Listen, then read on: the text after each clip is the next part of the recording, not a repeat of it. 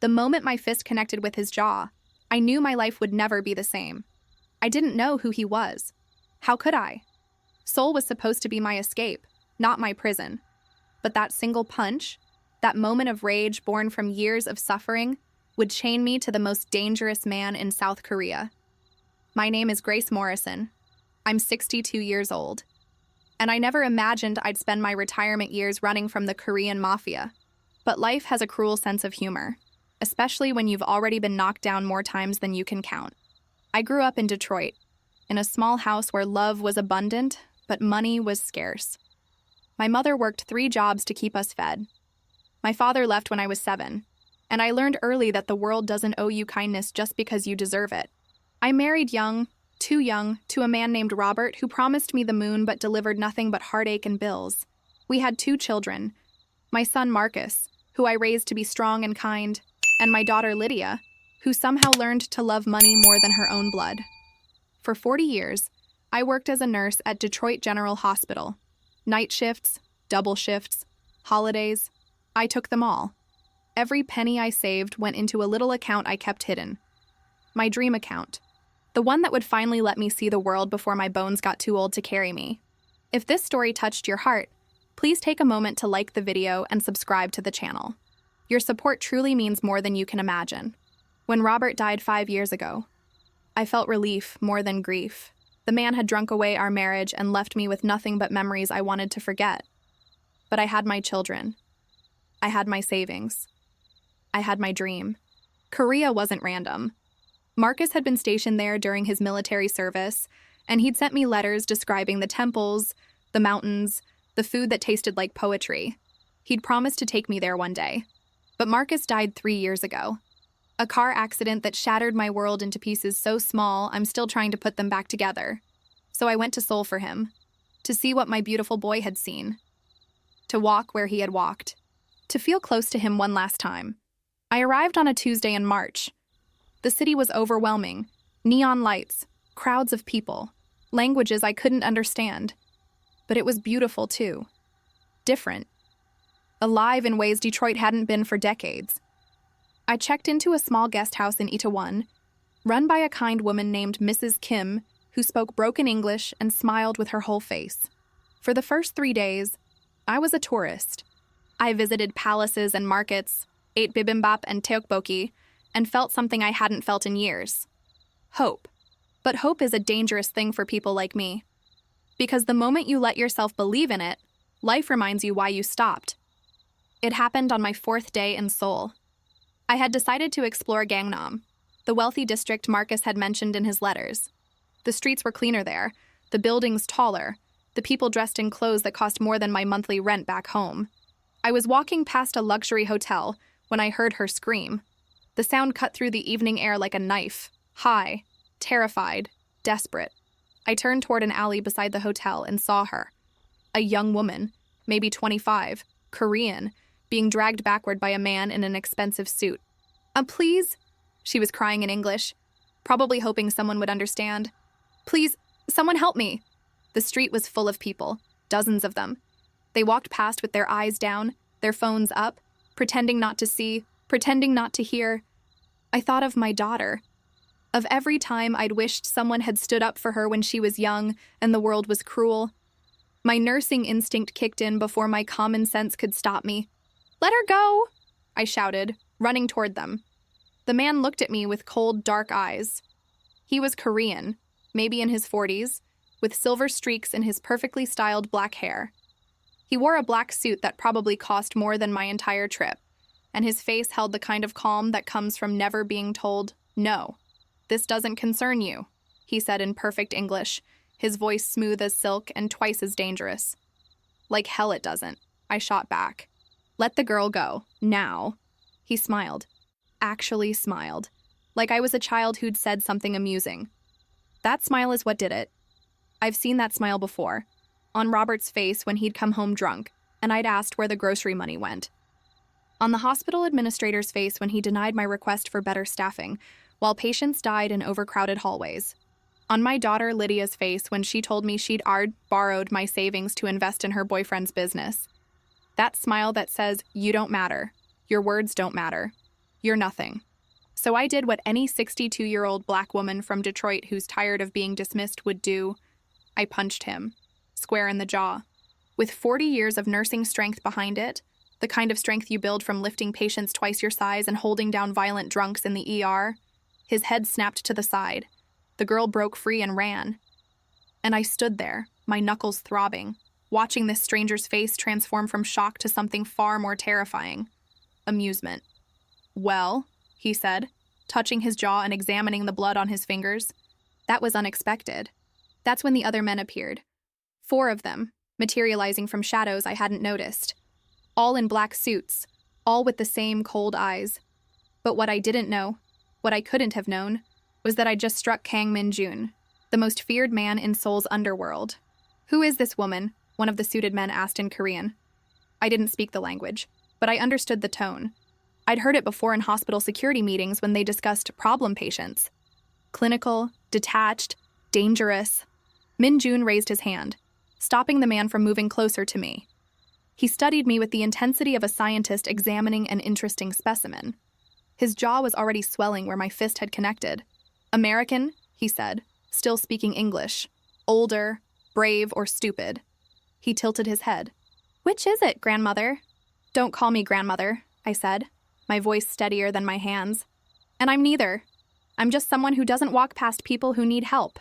He laughed. A real laugh that seemed to surprise even his own men. The girl you saved almost works for me. She was being escorted to a car because she stole $50,000 from one of my clubs. My stomach dropped. I don't believe you, I said, but my voice wavered. Belief is optional.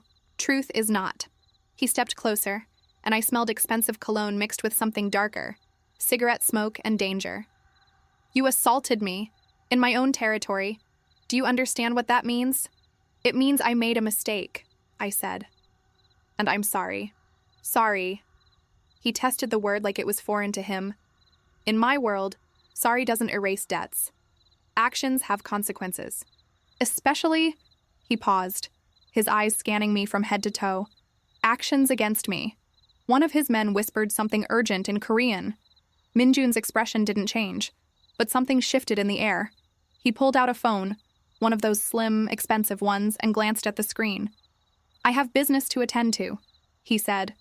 But this conversation isn't finished. He nodded to one of his men. Take her information. Passport, hotel, everything. Now wait just a minute, I started. You have 2 choices, he interrupted, his voice dropping to a whisper that somehow felt louder than shouting. Give my associate your information voluntarily, or I'll have it within the hour anyway. One option allows you to walk away with dignity. Choose wisely. What could I do? I was alone in a foreign country, 62 years old, and apparently I'd just assaulted someone important. The man who'd spoken earlier held out his hand expectantly. With shaking fingers, I pulled out my passport from my purse. He photographed it with his phone, along with my hotel card from Mrs. Kim's guest house. Itaewon, he noted in English, raising an eyebrow.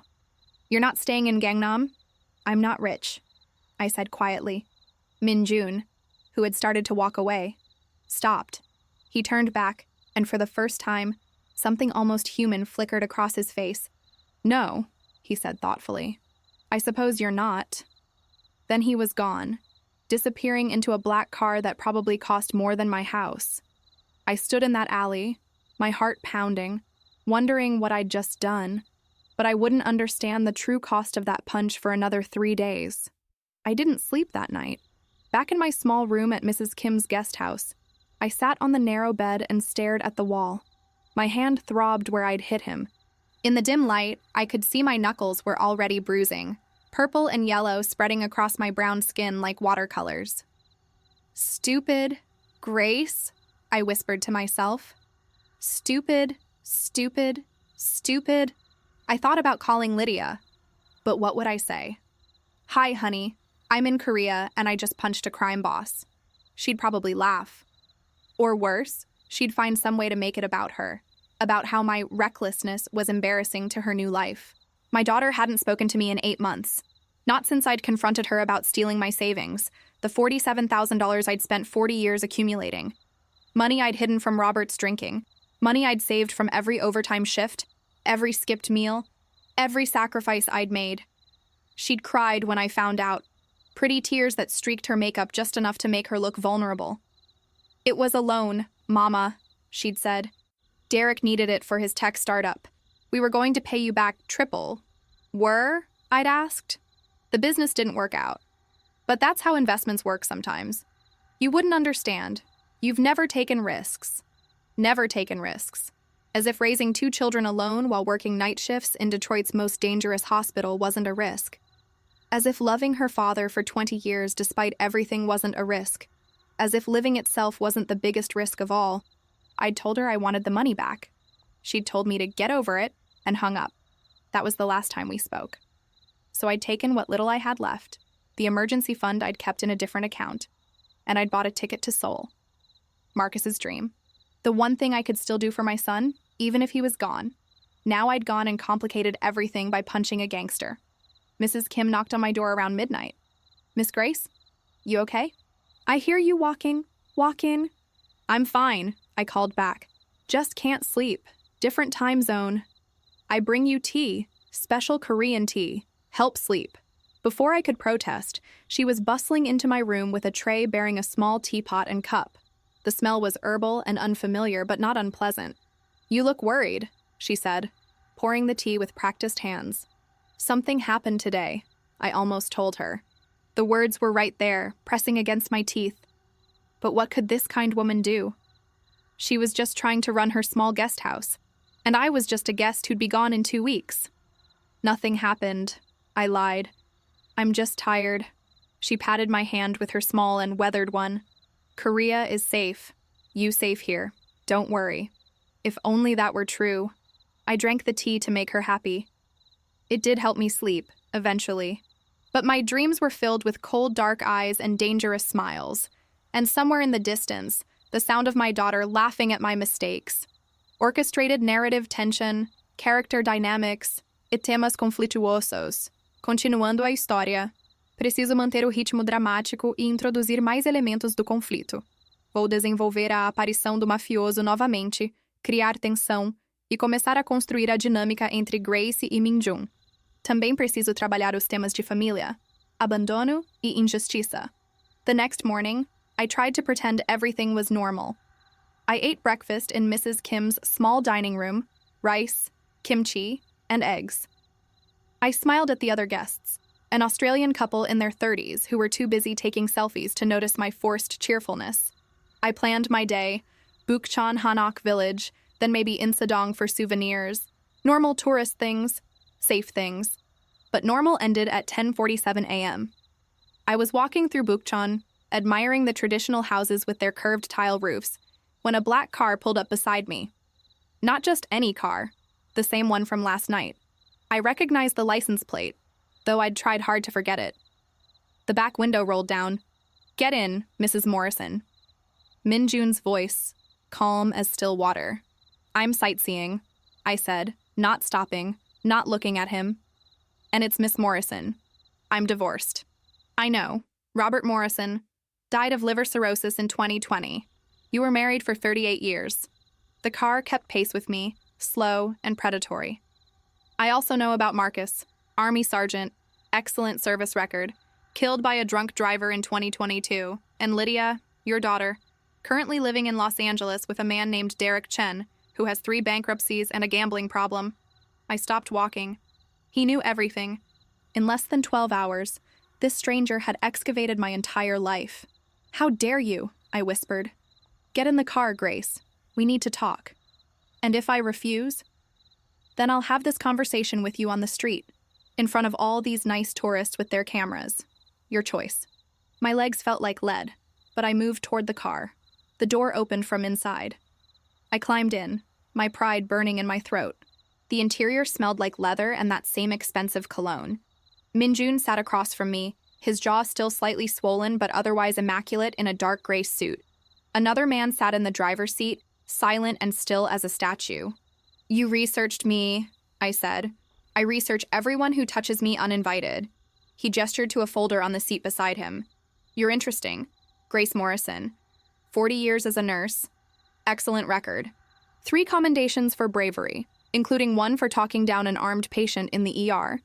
You're not wealthy. You're not connected. You're just... He paused, searching for the word. Stubborn. Is this where you threaten me? I asked. Because I've been threatened by better men than you. His eyebrow arched. Better men? Smarter ones anyway. To my surprise, he laughed. Do you know what I do, Grace? I can guess. Guess then. You're a criminal. Probably organized crime, probably very good at it, considering the car and the suit and the men who do whatever you tell them. Close enough. He leaned forward, elbows on his knees. I run the largest gambling and entertainment network in Seoul. Politicians, businessmen, celebrities, they all come to my establishments. I employ 3,000 people. I'm worth approximately $400 million. He said it simply, like he was telling me his grocery list. And I'm supposed to be impressed? I asked. No. You're supposed to understand what happens when someone disrespects me. My mouth went dry, but I held his gaze. Then do whatever you're going to do. I'm 62 years old. I've buried a son and lost a daughter to greed. I came to Korea to see what Marcus loved about this place before I die. If you want to kill me for defending what I thought was an innocent woman, then go ahead. At least I'll die doing something right for once. The silence that followed was so thick I could hear my own heartbeat. Minjun stared at me with those coal-black eyes, and I stared back. In the ER, I'd learned that showing fear to violent people only made things worse. You had to look them in the eye. You had to show them you were human, not prey. You remind me of someone, he said finally. Your mother? My grandmother. His expression softened almost imperceptibly.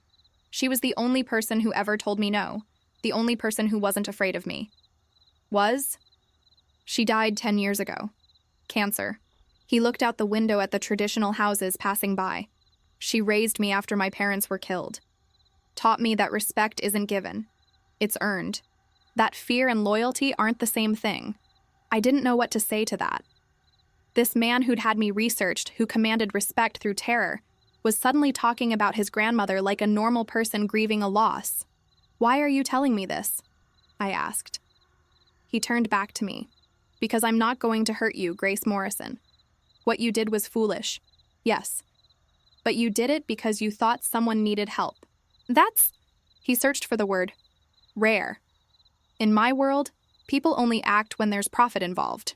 So I can go? Not exactly. He pulled out his phone and showed me a photograph. My breath caught. It was Lydia, my daughter. She was sitting at an outdoor cafe somewhere sunny, probably Los Angeles, laughing with a young Asian man who had to be Derek. She wore expensive sunglasses and held a coffee cup that probably cost more than my daily budget. Neen, why do you have a picture of my daughter? My voice was ice. Because 3 days ago, Derek Chen borrowed $2 million from one of my associates in Los Angeles. He said he had a guaranteed investment opportunity. He promised triple returns within 6 months.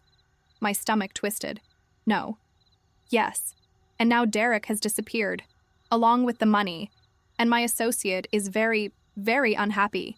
Lydia wouldn't, I started, but the words died in my throat. Wouldn't she? She'd stolen from her own mother. Why wouldn't she steal from strangers? Your daughter is currently in Seoul, Minjun said quietly. She arrived yesterday. I'm guessing she doesn't know you're here. That's impossible. She's in Los Angeles. That photo is 3 days old. She flew out the next day. She's staying at the Signal Hotel in Lotta Tower, presidential suite. Paid in cash. He showed me another photo. Lydia walking through Incheon Airport, wearing designer clothes I'd never seen before, pulling a Louis Vuitton suitcase. My daughter. The thief? Here in Seoul? What do you want from me? I whispered. Minjun's smile was sharp as broken glass. I want you to help me get my associate's money back. And you're going to do it, Grace. Because if you don't, your daughter won't leave Korea alive. You can't be serious, I said, but I knew from his expression that he was deadly serious. I'm always serious about money, Minjun replied, especially $2 million of someone else's money that I'm now responsible for recovering. I haven't spoken to my daughter in 8 months. She hates me. She won't listen to anything I have to say. Then you'll have to be creative. He pulled out another folder, this one thicker. This contains everything we know about Derek's scheme and where the money went. Some of it was gambled away, some was invested in a cryptocurrency scam, but approximately 1.2 million is still unaccounted for. And you think Lydia knows where it is? I think Derek told her things he didn't tell anyone else. I think she's here either to disappear with him or to collect the money herself. Either way, she's the key. I stared at the folder like it was a snake. I'm not a detective. I'm not a spy. I'm a retired nurse who just wanted to visit Korea in peace. Life rarely gives us what we want, Minjun said. It gives us what we can handle. That's a terrible philosophy. It's kept me alive for 43 years. He leaned back, crossing his legs in a way that somehow looked both relaxed and dangerous. Here's what's going to happen. You're going to contact your daughter, tell her you're in Seoul, arrange to meet her, rebuild the relationship. And while you're doing that, you're going to find out where the money is. And if I refuse, then I turn her over to my associate in Los Angeles. He's far less patient than I am, and far less interested in redemption stories. You're threatening my daughter. I'm offering you a chance to save her. There's a difference. He handed me a phone, a simple one, not like his expensive device. This has one number programmed into it. Mine. You'll report to me every day. You'll tell me what you've learned. And when we recover the money, your daughter gets to leave Korea with her life. You get to finish your vacation. Everyone wins. Except Derek. Derek made his choice when he stole from dangerous people. Minjun's voice was flat, emotionless. He's not your concern. I looked down at the phone in my hand. It felt heavy, like it weighed 1,000 pounds. Why me? I asked. You have resources. You could find the money yourself. Because Lydia won't talk to my people. She'll run the moment she sees them. But you, he smiled that dangerous smile. You're her mother. She might hate you, but there's still a connection there. Guilt, shame, love, maybe, buried under all the resentment. That's the leverage I need. You're using me to manipulate my own daughter. I'm giving you a chance to save her from her own stupidity. Don't confuse cruelty with opportunity, Grace. I could have just taken her. Instead, I'm offering you a chance to be a mother one more time. The choice is yours. But we both knew I didn't have a choice at all. He had me dropped off at Gyeongbokgung Palace, of all places. Like I was just another tourist continuing her day. Like my world hadn't just been turned upside down for the second time in 24 hours. I stood in front of the palace gates, watching tourists take photos and smile at the guards in their traditional uniforms. The sun was warm on my face, but I felt cold all over. My daughter was in Seoul, the daughter who'd stolen from me, who'd cut me out of her life, who'd chosen a con man over her own mother. And now I had to save her from consequences she probably deserved. The phone in my purse felt like it was burning a hole through the fabric. I found a bench in the shade and sat down heavily. An older Korean woman was feeding pigeons nearby, scattering seeds with practiced movements. She looked peaceful, content. I wondered what her life was like. I wondered if she had daughters who broke her heart. Marcus, I whispered to the sky. What do I do? My son would have known. He always had good instincts about people, about situations. When Lydia first brought Derek home 2 years ago, Marcus had pulled me aside. Something's off about that guy, Ma, he'd said. The way he talks about money, the way he looks at Lydia, like she's an investment, not a person. Your sister's a grown woman, I'd replied. She makes her own choices. Yeah, but bad choices still hurt. Just keep an eye on things, okay? 3 months later, Marcus was gone. A drunk driver ran a red light and took my boy from me in seconds. I'd been too consumed with grief to notice Lydia pulling away, too shattered to see Derek's influence growing stronger. By the time I realized what was happening, my savings were gone and my daughter had rewritten history to make me the villain. Now here I was, halfway around the world, being blackmailed by a crime boss to save a daughter who didn't want to be saved. I pulled out the simple phone Minjun had given me. There was only one contact saved. MJ. I stared at it for a long time before I opened the folder he'd provided. Inside were surveillance photos, bank statements, screenshots of text messages between Derek and various associates. The amount of information was staggering. Minjun wasn't exaggerating when he said he had resources. There was also a sticky note in neat handwriting. Your daughter checked into the Signal Hotel at 3:47 p.m. yesterday, room 8204. She had 2 suitcases. She's been ordering room service but hasn't left the hotel. She appears to be waiting for someone. Waiting for Derek? Probably. Or waiting for the right moment to run. I needed a plan. I needed to think. But my thoughts kept circling back to the same impossible question. How do you save someone who doesn't think they need saving? The phone buzzed in my hand, making me jump. A text message from MJ. Time is a luxury we don't have. Contact her tonight, tomorrow. You meet her. No pressure. Just the small matter of rebuilding a relationship with the daughter who hated me while secretly working for a crime boss to recover stolen money. What could possibly go wrong? I went back to Mrs. Kim's guest house in a daze. She was watering plants in the small courtyard when I arrived. Miss Grace, you have good day?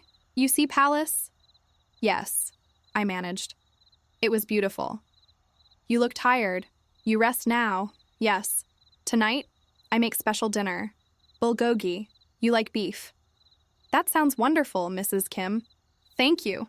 In my room, I sat on the bed and pulled out my old phone, my real one, the one I'd had for 5 years because I couldn't afford to upgrade it every year like Lydia did. I opened my contacts and found her name, Lydia Morrison Chen. She'd hyphenated her name when she moved in with Derek, even though they weren't married. It's more professional for business, she'd said. The last text message between us was from 8 months ago. From her. I don't have time for your guilt trips, Mother. Derek and I are building something important. When you're ready to support us instead of criticizing, maybe we can talk. I'd responded, I'm not criticizing. I'm asking for my money back. She'd never replied. Now I had to text her again. Had to pretend I didn't know she was in Seoul. Had to play the role of the apologetic mother reaching out to her estranged daughter. My fingers hovered over the keyboard for 10 minutes before I finally typed, Lydia, it's Mom. I know we haven't spoken in a while. I'm in Seoul for a few weeks, visiting places Marcus wanted to see. I was thinking about you today. I hope you're well. Short, non-threatening, no demands, no accusations. I hit send before I could overthink it.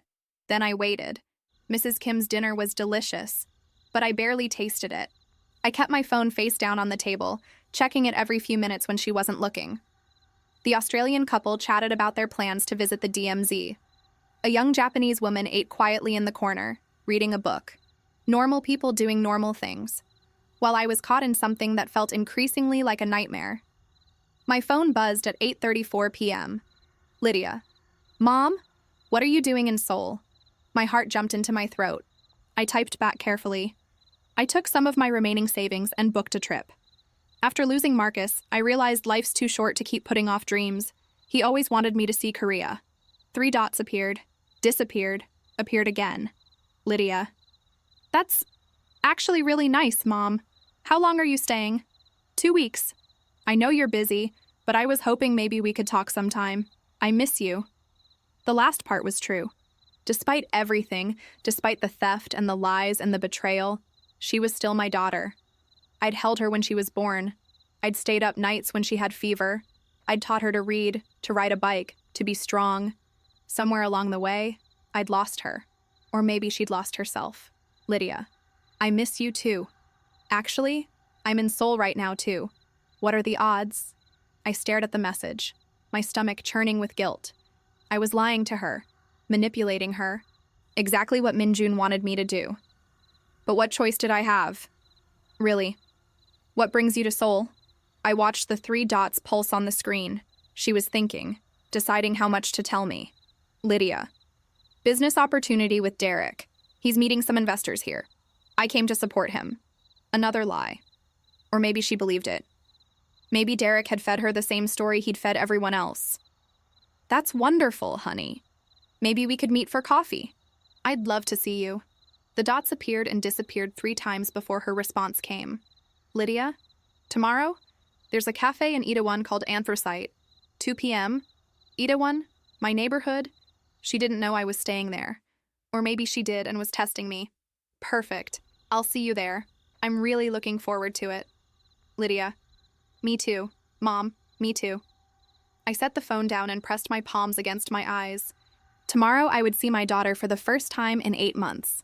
Tomorrow I would look her in the eye and pretend I didn't know she was running from a debt that could get her killed. The second phone, Minjun's phone, buzzed almost immediately. MJ, well done. I'll have someone at the cafe. They won't interfere, but I need to know what she says. I typed back. I thought this was supposed to be between me and my daughter. MJ, trust is earned. Grace, you've had one conversation. Let's see how tomorrow goes before we talk about privacy. I wanted to throw the phone across the room. Instead, I turned it off and tried to sleep, but sleep wouldn't come. I kept seeing Lydia's face the last time we'd spoken in person, her expression hard and cold, so different from the little girl who used to climb into my lap and ask me to read her favorite story one more time. Just one more, Mama, she'd say. Please. And I'd always say yes. Always. Because I thought showing her love meant never saying no. Maybe that's where I went wrong.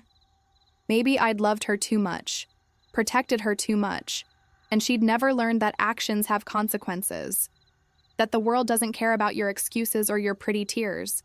Or maybe I was just a mother looking for someone to blame, when the truth was simpler and more painful. My daughter had made her own choices. Bad ones.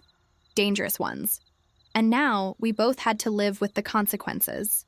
Around midnight, I got up and pulled out the folder Min-Jun had given me. I spread the contents on the small desk in my room and studied everything by the dim light of the bedside lamp.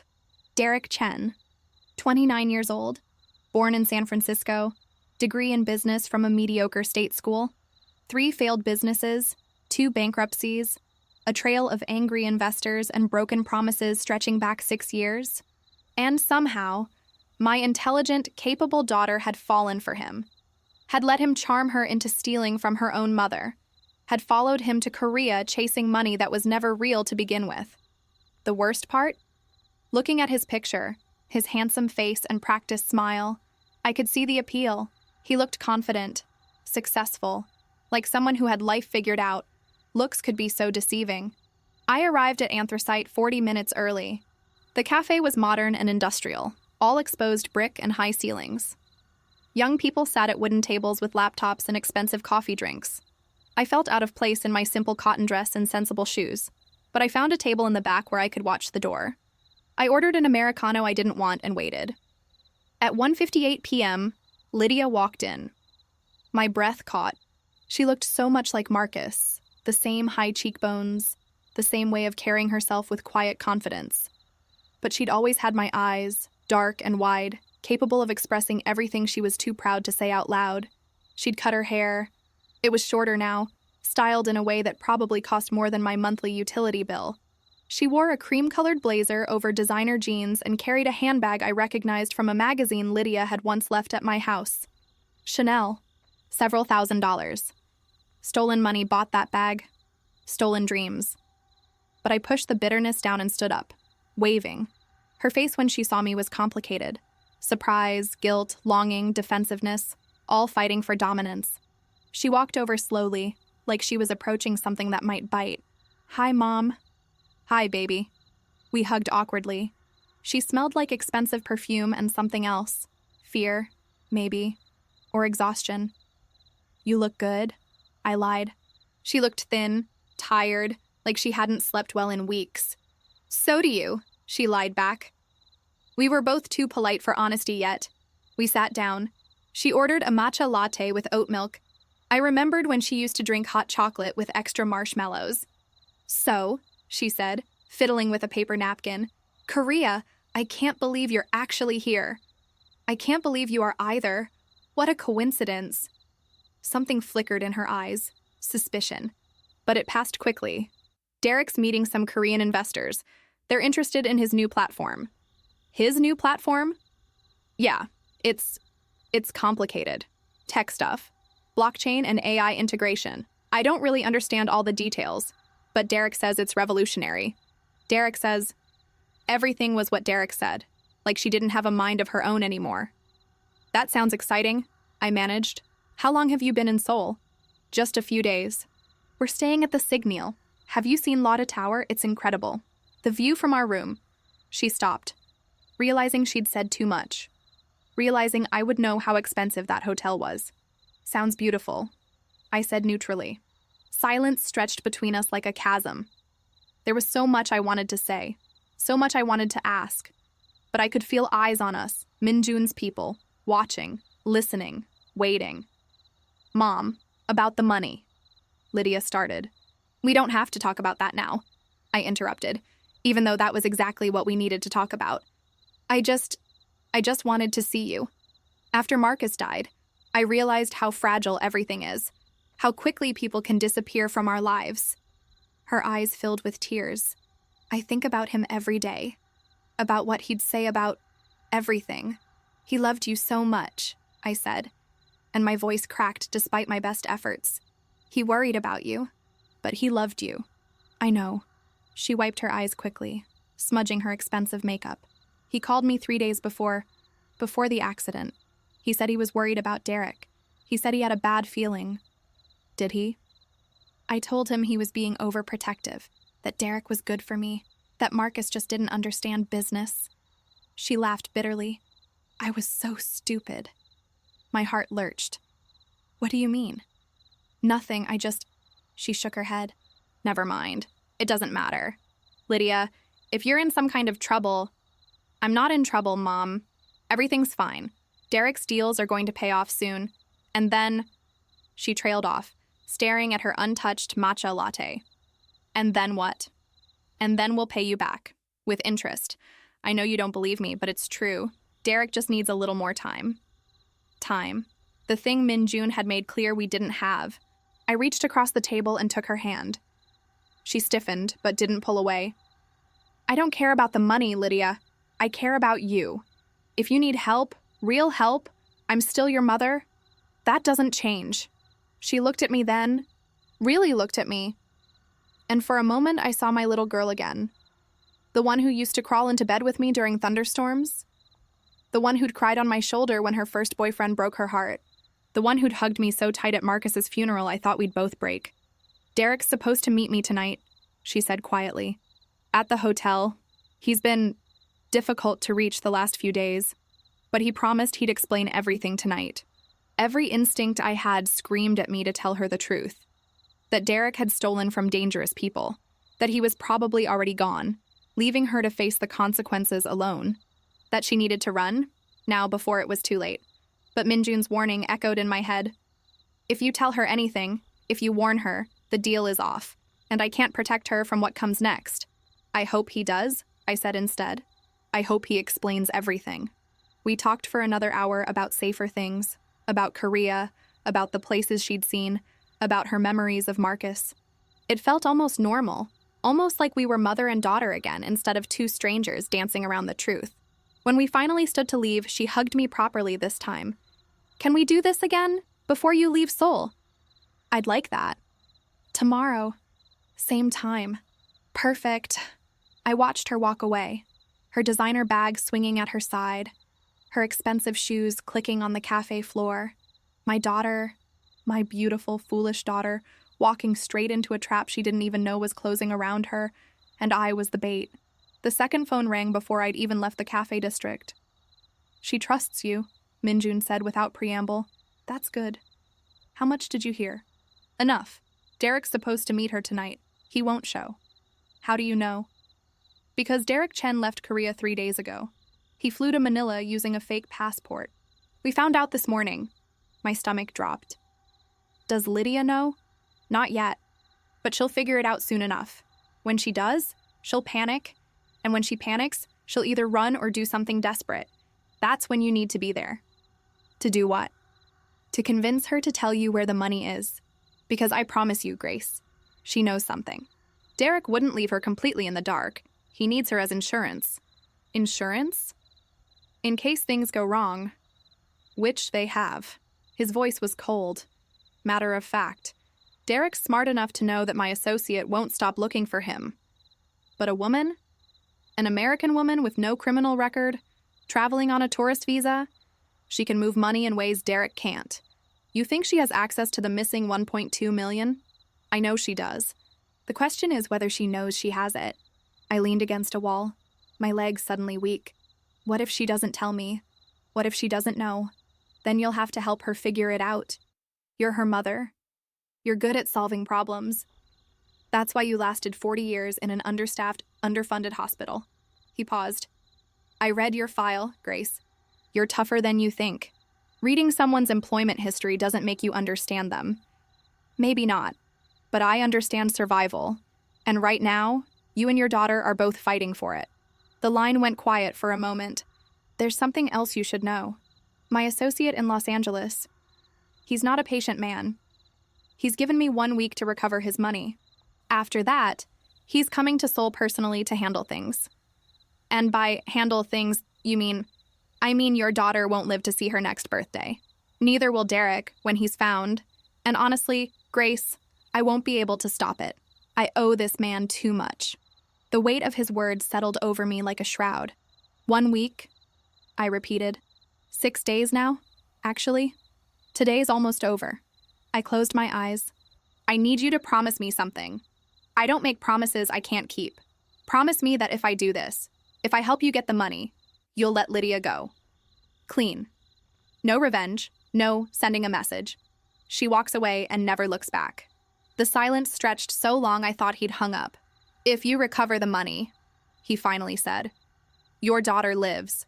She can go back to America and rebuild her life.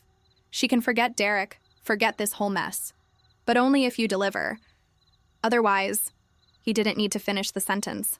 I understand, I whispered. Good. I'll be in touch tomorrow.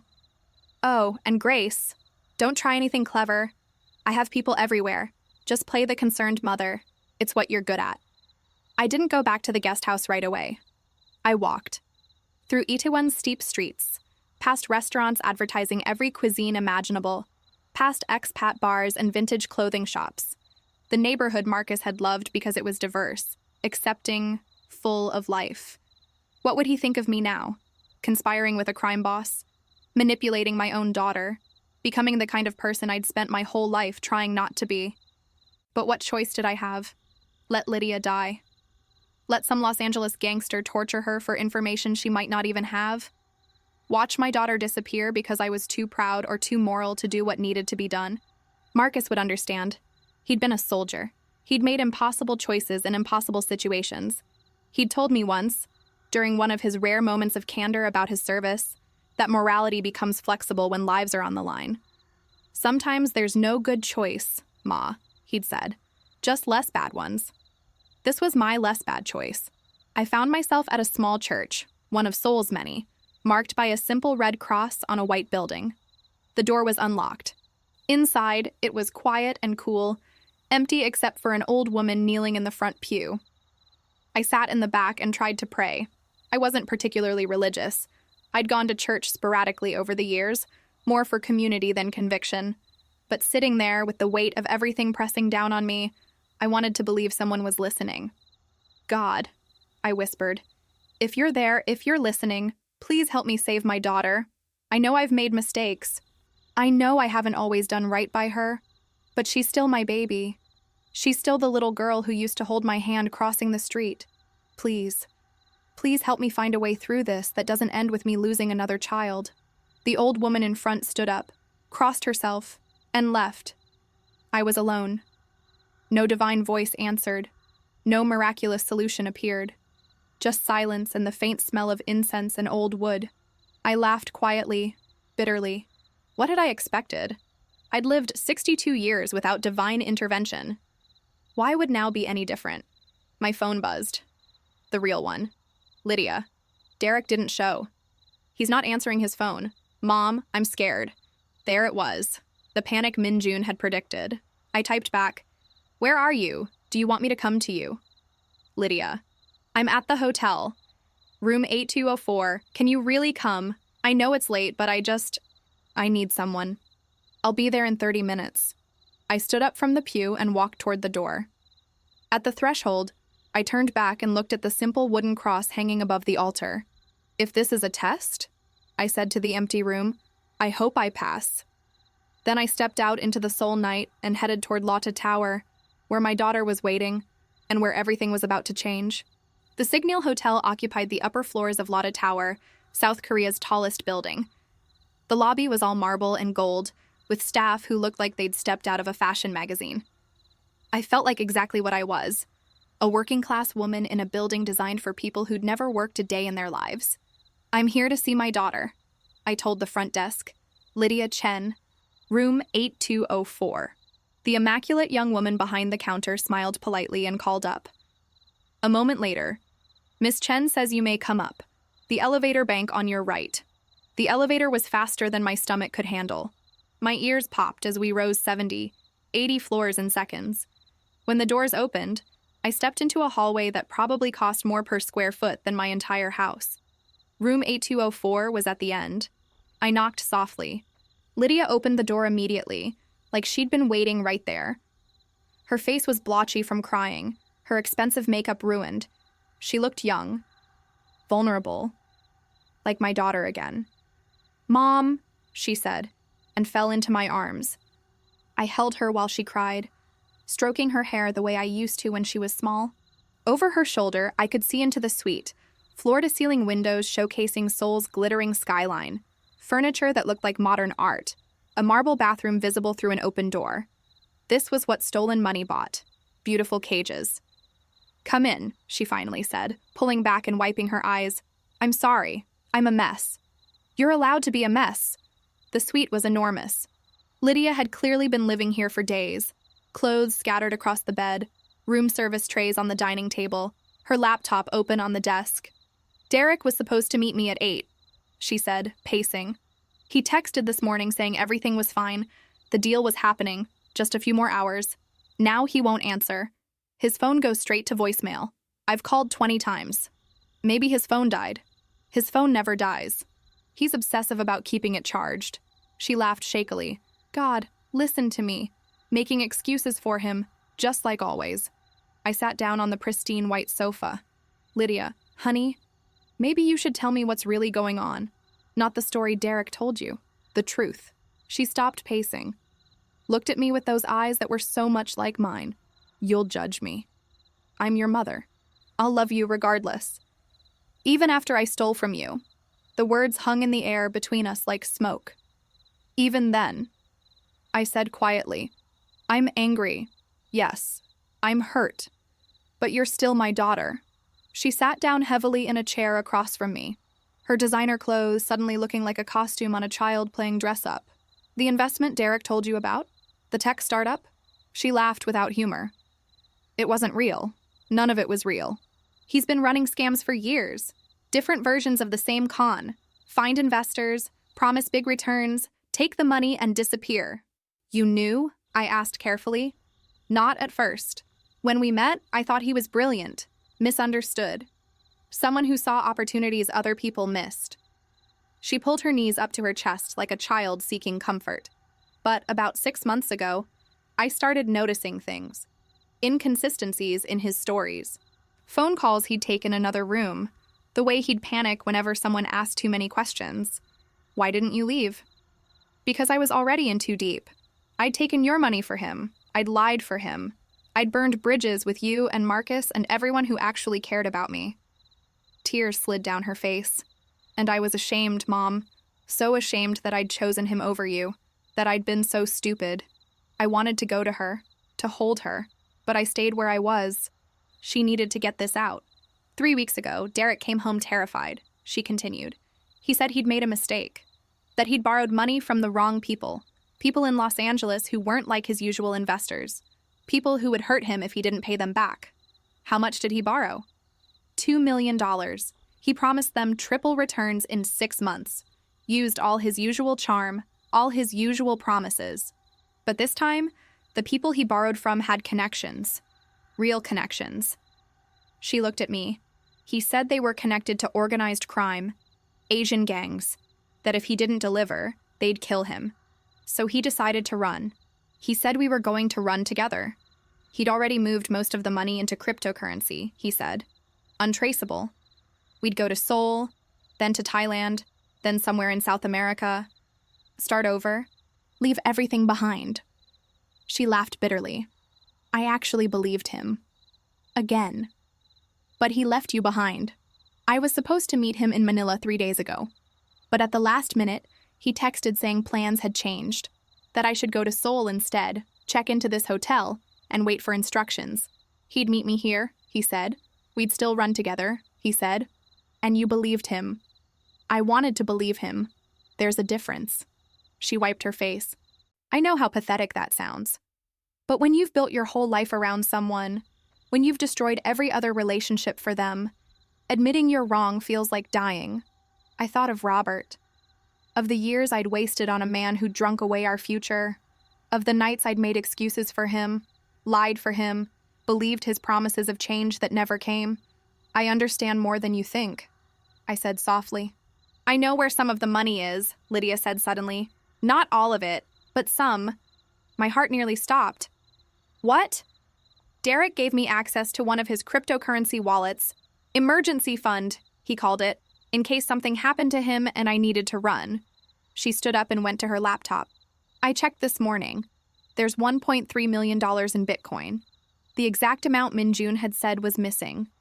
I stood up slowly, my mind racing. Lydia, this is important. Did Derek know you had access to this wallet? I don't think so. He gave me the recovery phrase months ago, told me to keep it safe, but he didn't know I'd actually set up access. She looked at me with frightened eyes. Mom, what if he left me here on purpose? What if he knew those people would come looking, and he wanted them to find me instead of him?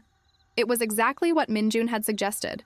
Derek had used my daughter as insurance, as a distraction, as someone to take the fall while he disappeared with whatever other money he'd managed to hide. We need to think this through carefully, I said, trying to keep my voice steady.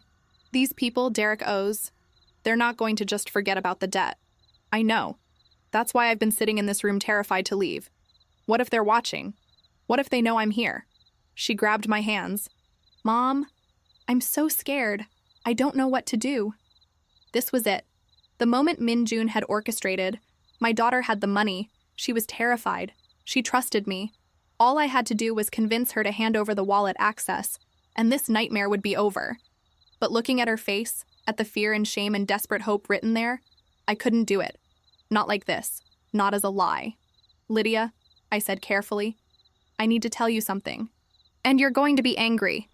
But I need you to listen to the whole thing before you react, okay? Her face went pale. What? I didn't come to Seoul by coincidence. I told her everything. About the punch, about Minjun, about the surveillance, about the deal I'd made to save her life. Every word felt like a betrayal, but I forced them out anyway. When I finished, she was standing at the window, her back to me, her shoulders rigid. And so this whole thing, she said quietly, the coffee, the reconciliation, you asking to come here tonight, all of it was you working for a crime boss. To save your life, yes. She turned around, and the look on her face broke my heart. You used me, just like Derek used me, just like everyone uses me. That's not... Get out. Lydia, please, get out, she screamed. Get out of my room. Get out of my life. I should have known you'd find a way to make this about your moral superiority. Poor Grace, trying to save her stupid daughter from the consequences of her own choices. Did it make you feel good? Did it make you feel like a hero? I'm trying to keep you alive. No, you're trying to make yourself feel better about being a terrible mother. She was crying now, furious tears that streaked down her face. You were always working, always tired, always putting everyone else first. Marcus was your favorite, don't deny it. And when he died, you blamed me for still being alive. That's not true, I said, but my voice shook. Isn't it? You looked at me at his funeral like I was a stranger? Like you were wondering why God took the good child and left you with me? She laughed wildly. And maybe you were right. Maybe I am the wrong child to survive. Marcus would never have stolen from you. Marcus would never have been stupid enough to fall for someone like Derek. Lydia, the wallet access is in my email. Password is Marcus 2022. Tell your gangster friend he can have it. He can have everything. I don't care anymore. She turned back to the window, her voice going flat. Now get out. Please. I stood there, frozen, wanting to say something that would fix this. But there were no words for what I'd done. No way to make her understand that I'd been trying to save her, even if my methods were wrong. I love you, I finally said. I know you don't believe me right now, but I do. She didn't respond, didn't move, just stood there looking out at the city lights like she was already somewhere else. I left. In the elevator, my hands were shaking so badly I could barely press the button for the lobby. I'd done what Minjun wanted. I had the information, the wallet access, the password, everything. But I'd lost my daughter all over again. Outside, the night air was cold. I walked without direction, my mind numb. The phone buzzed in my pocket. Min Jun's phone. I ignored it. I didn't know how long I walked before I found myself sitting on a bench in a small park. Around me, Seoul lived and breathed. People heading home from late shifts, couples holding hands, teenagers laughing. Normal lives, normal problems. The phone buzzed again and again. Finally, I answered. "I assume you have good news," Min Jun said. "The wallet information is in her email.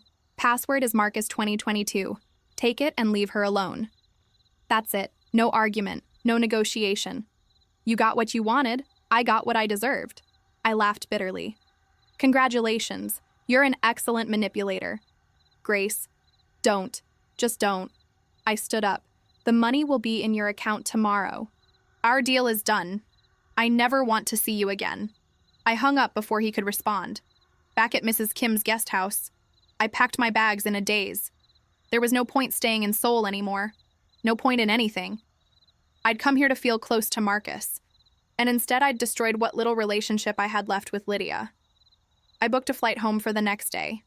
It cost an extra $200 to change my ticket. Money I didn't really have. But what did it matter? What did any of it matter? At 2 a.m., lying in bed unable to sleep, I finally let myself cry. For Marcus, who I'd never stopped missing. For Lydia, who I'd lost twice now. For the mother I'd tried to be and the mother I'd failed to become. For the daughter who'd told me the truth I'd always feared. Maybe I was terrible at this all along. I didn't sleep. At dawn, I sat by the window watching Seoul wake up. Mrs. Kim knocked on my door at 7 with tea and a concerned expression. "Miss Grace, you okay? You look very sad." "I'm fine, Mrs. Kim. Just tired. I've decided to go home early. I'll be checking out today." Her face fell. "Oh no. Korea not good for you?" "Korea is beautiful. I'm not good for Korea." She didn't understand, but she patted my hand anyway. "You drink tea, rest, maybe you feel better." After she left, I checked my real phone. No messages from Lydia. I opened my email to see if she'd tried to contact me that way. Nothing. But there was an email from an address I didn't recognize. Email protected. The subject line was, "You should read this before you leave." I opened it. "Grace, I'm not who you think I am. Well, I am, but I'm also not. It's complicated. That night you punched me wasn't random. I was following your daughter. I'd been following her since she arrived in Seoul, trying to understand what Derek had told her, what she knew, where the money was. The girl you saved did work for me, but she wasn't being escorted for stealing. She was my niece, and I was walking her to a car after she'd had too much to drink at one of my clubs. You couldn't have known that. When you hit me, I was angry. Then I was curious. Then I saw an opportunity. I'm good at finding opportunities in chaos. It's how I've survived this long in a business that kills most people before they turn 40. But here's what I didn't tell you. I was never going to hurt your daughter. My associate in Los Angeles is my brother. We own legitimate businesses, restaurants, real estate, entertainment venues. Yes, Derek borrowed money from us. Yes, he lied about returns. But we're not gangsters who torture debtors. We're businessmen who use legal means to recover debts. Derek, however, told Lydia we were monsters. He painted a picture of brutal criminals who would kill her for his mistakes. Why? Because he needed her scared. Scared people don't think clearly. Scared people do what they're told. He gave her that wallet access deliberately. He's been watching her, waiting to see if she'd use it. If she did, he'd know she was desperate enough to steal from criminals, which would make her the perfect scapegoat when he eventually got caught. The money in that wallet, it's not the missing $1.2 million. It's a test. There's only $100,000 in it. Derek has the real money hidden somewhere else. I've known this for 2 days. I could have just taken the wallet access myself, but I wanted to see what you would do. Would you sacrifice your daughter's trust to save her life? Would you become like the people you claim to despise? The answer is yes and no. You made the hard choice, the mother's choice. But you also told her the truth, even when lying would have been easier. That's why I'm writing this email. Your daughter is not in danger from me or my brother. She never was. The only person who's been in danger from the beginning is Derek, and he's already facing consequences that have nothing to do with us. The Manila police arrested him 3 days ago for passport fraud. He'll be extradited to the United States within the week to face multiple fraud charges from other victims. He left your daughter in Seoul because he knew he was about to be caught. He needed someone to blame, someone to point to and say, "She helped me, she knew everything." But Lydia's paper trail shows she was a victim, not an accomplice. She's safe from legal consequences. The $100,000 in the wallet, it's actually hers. Derek stole it from her savings account 6 months ago. Consider it returned property. As for the rest of the money Derek stole from my brother and others, it's being recovered through legal channels. Frozen accounts, seized assets, the boring way that doesn't make for good crime dramas. So why did I put you through all of this? Why the surveillance, the threats, the elaborate manipulation? Because I wanted to see if you were the person I thought you were when you punched me. Someone who acts on instinct to protect others. Someone who makes hard choices when lives are on the line. Someone who tells the truth even when lies would serve them better. My grandmother raised me after my parents died. She taught me that the measure of a person isn't what they do when life is easy. It's what they do when every option is terrible. You chose to save your daughter by any means necessary, but you also chose to tell her the truth at the cost of her trust. That's not manipulation. That's love. The kind of love I watched my grandmother demonstrate every day.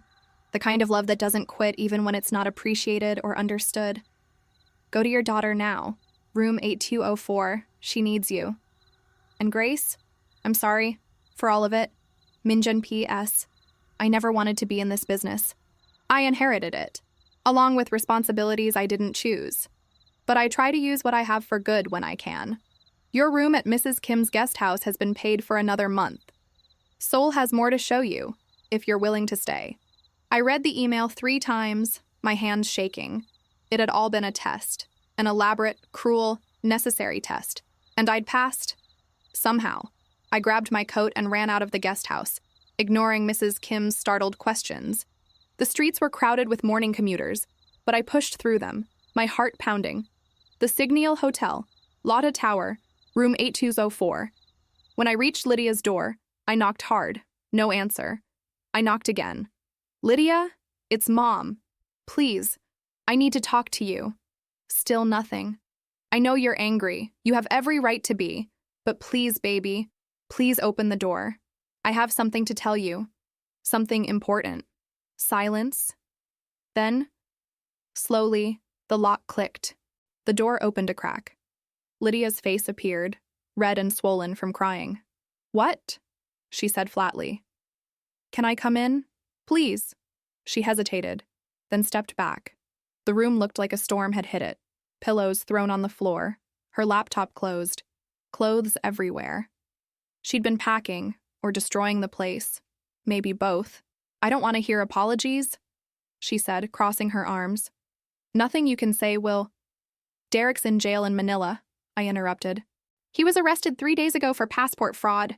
He's being extradited to the U.S. to face multiple fraud charges." She stared at me. "What?" I pulled out my phone and showed her Minjun's email. She read it slowly, her expression changing from anger to confusion to disbelief. This is real. Call the U.S. Embassy if you don't believe me. Derek Chen was arrested on Tuesday. It's public record." She sat down on the bed like her legs had given out. "He was already arrested when he texted me to come here." "Yes. So he was setting me up. From the beginning, I wasn't his girlfriend. I was his scapegoat. I'm sorry, baby. I'm so sorry." She laughed, a broken sound that hurt to hear. "I defended him to you? To Marcus. I destroyed our family for a man who was planning to frame me for his crimes." She looked up at me with devastated eyes. "How did I become this person, Mom?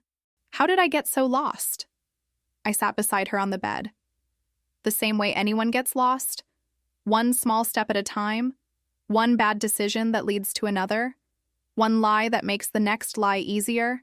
Marcus tried to warn me. He loved you. He wanted to protect you.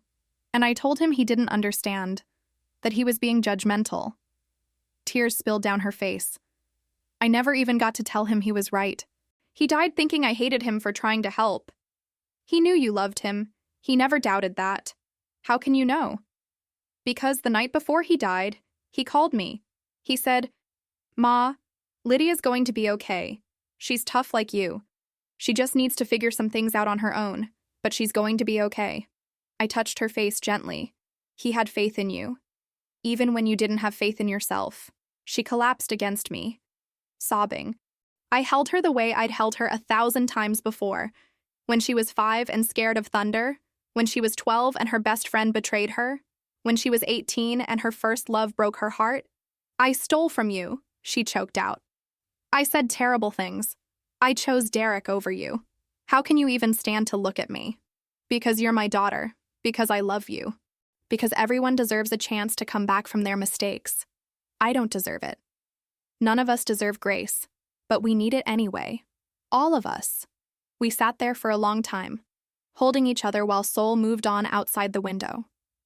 Eventually, Lydia pulled back and wiped her face with her sleeve, an unconscious gesture from childhood that made my heart ache.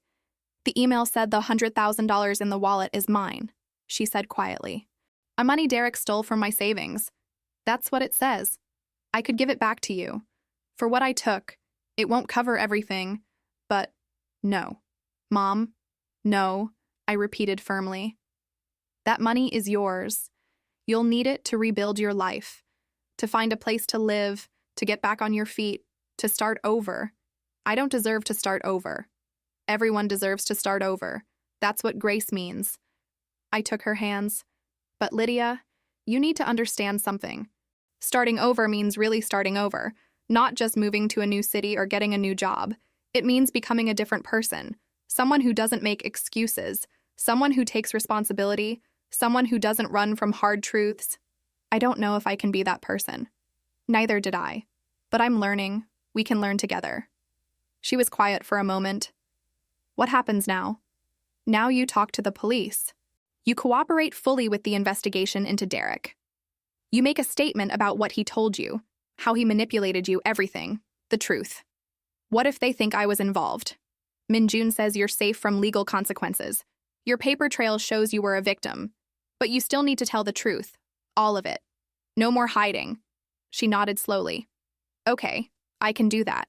And then, I don't know, go back to LA, try to find a real job. Join a convent?" She laughed weakly. "I'm 32 years old and I've wasted the last 2 years on a con man. I don't even know who I am anymore." "Then maybe Seoul is a good place to figure it out," I said. "Minjun paid for my room for another month. You could stay with me. We could explore the city together, visit the places Marcus loved, take time to just be. You'd want that, after everything?" I came to Seoul to feel close to Marcus. But maybe I was also supposed to find you. Maybe that's what he would have wanted. She looked at me with something like hope in her eyes. "I was so horrible to you. You were hurt and scared and lost. But you're still here. We're still here. That's what matters." There was a knock at the door. We both tensed. "Room service?" A voice called in accented English. "Delivery for Miss Chen." Lydia looked at me questioningly. I didn't order anything. I stood up and opened the door.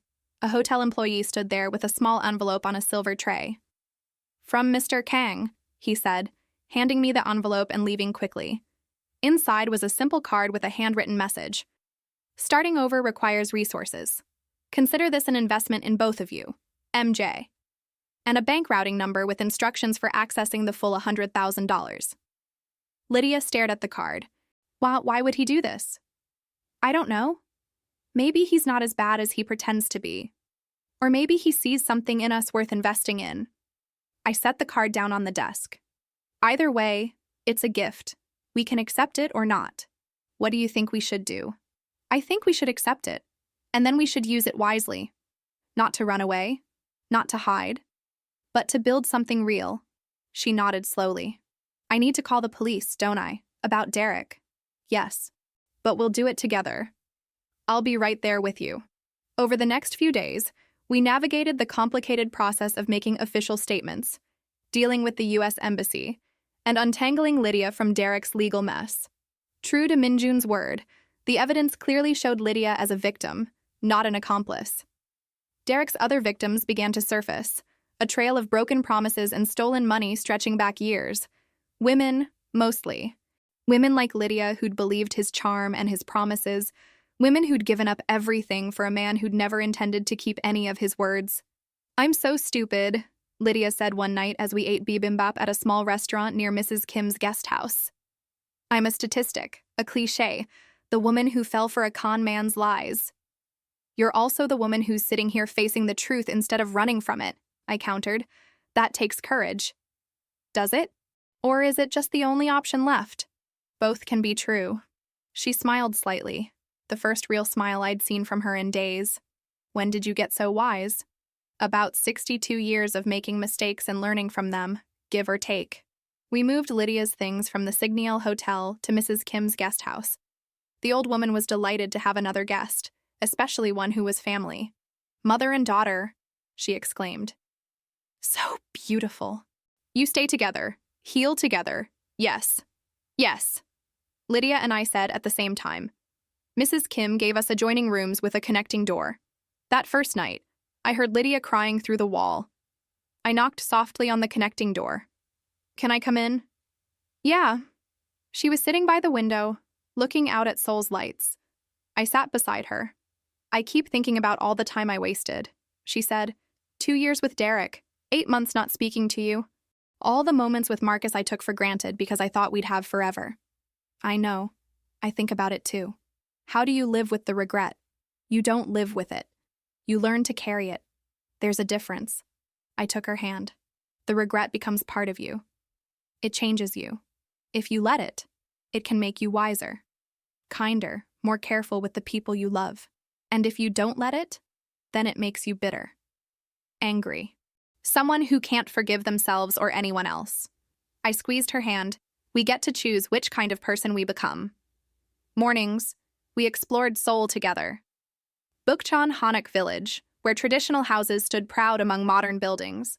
Insadong, with its tea houses and art galleries. The War Memorial, where we stood in silence thinking about Marcus and all the soldiers who'd never made it home.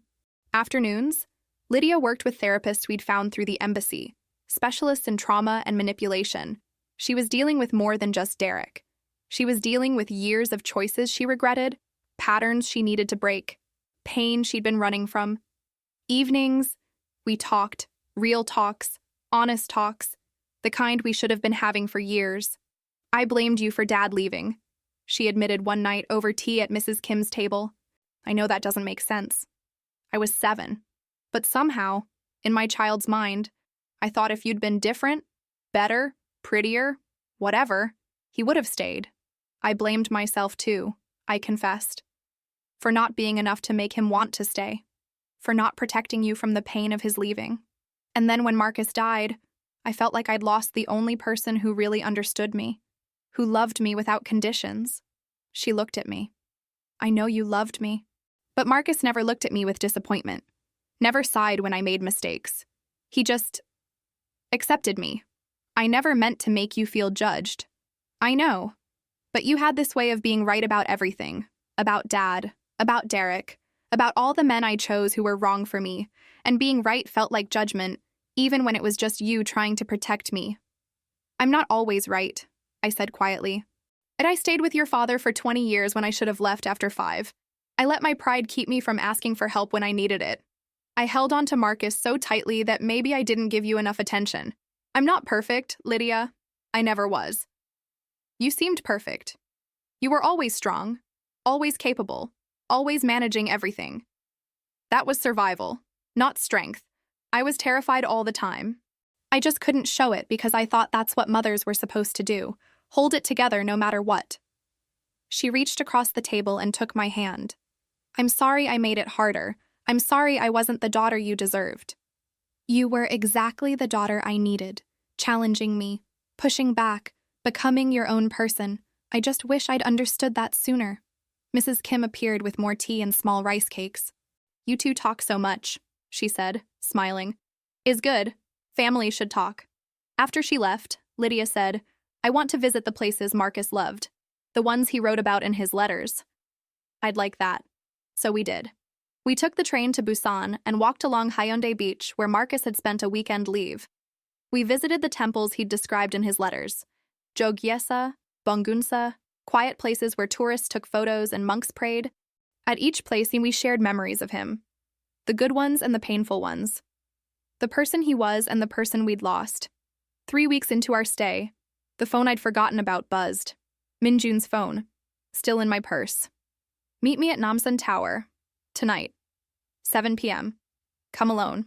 I stared at the message. Part of me wanted to ignore it, to pretend the phone didn't exist. But another part was curious. Why now? What did he want? I told Lydia I was going for a walk. I didn't tell her where. Namsan Tower sat atop a mountain in the center of Seoul, accessible by cable car or a steep hike. I took the cable car, watching the city spread out below me in the fading light. Min-jun was waiting at the observation deck, looking out over Seoul. He wore casual clothes, jeans and a simple black sweater. Without the suit, he looked younger, more human. "You came," he said without turning around. "You didn't give me much choice." "There's always a choice, Grace. You taught me that." "I taught you." He finally looked at me. "When you punched me that night, you chose to act despite the consequences. When you told your daughter the truth, you chose honesty over comfort. Every day you've stayed in Seoul instead of running home. You've chosen to face difficulty instead of avoiding it. Why did you really bring me here?" "To apologize. Properly. Face to face." He handed me an envelope. The full story. Everything I didn't tell you. Everything I manipulated. It's all there. I opened it. Inside were documents, police reports, financial records, emails. Proof that everything in his message had been true. Proof that he'd orchestrated the entire situation. Why? I asked. Why go through all this trouble? Because I wanted to see if people like you still existed. People who do the right thing even when it costs them. My world is full of people who only act for profit, for advantage, for power. I'd started to believe that was all there was. He smiled slightly. "You proved me wrong. I'm not some kind of moral exemplar. I did what any mother would do." "No. Most mothers would have either run or lied. You did neither. You made the hard choice." He looked back out at the city. "My grandmother used to say that character is revealed in crisis, that anyone can be good when life is easy. The real test is what you do when every option is terrible. Your grandmother sounds like she was wise." She was. And she would have liked you. He pulled out a business card. Plain white with just a phone number. "If you or Lydia ever need help, real help, call me. No strings, no manipulation, just help." Why would you offer that? Because my grandmother also taught me that when you find good people, you protect them. The world has too few as it is. I took the card. "I can't promise I'll ever call." "I know, but the offer stands." He turned to leave, then paused.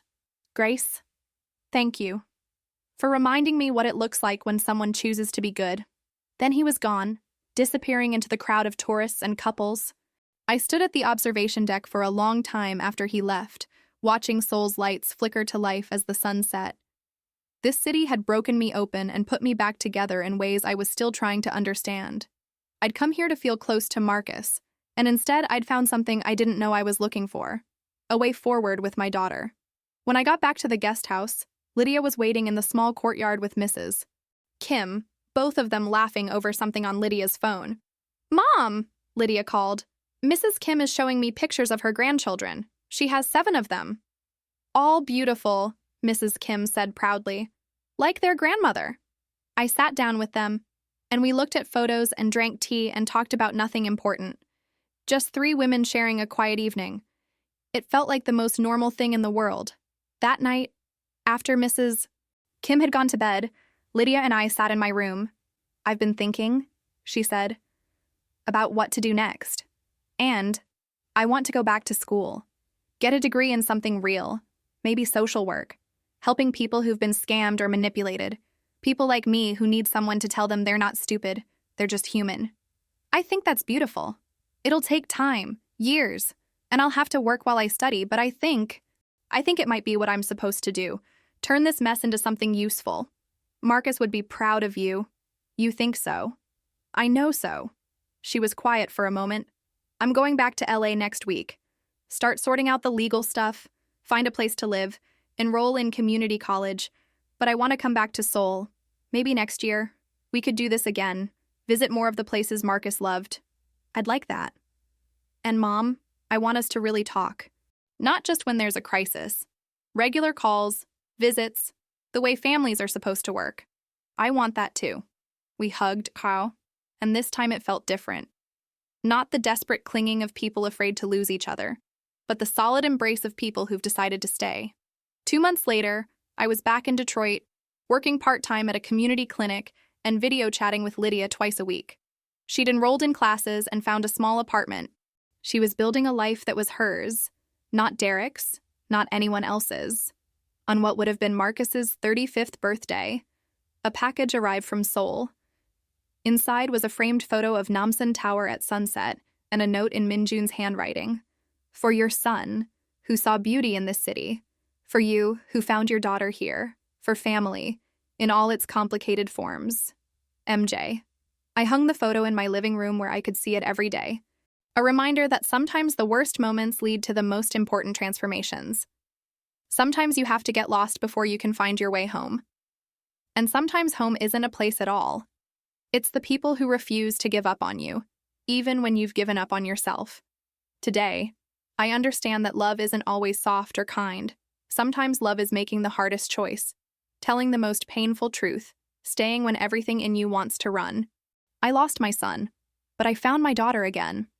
And in a city halfway around the world, I learned that it's never too late to become the person you needed to be all along. Thank you for listening to my story. May you find the courage to make hard choices when the people you love need you most.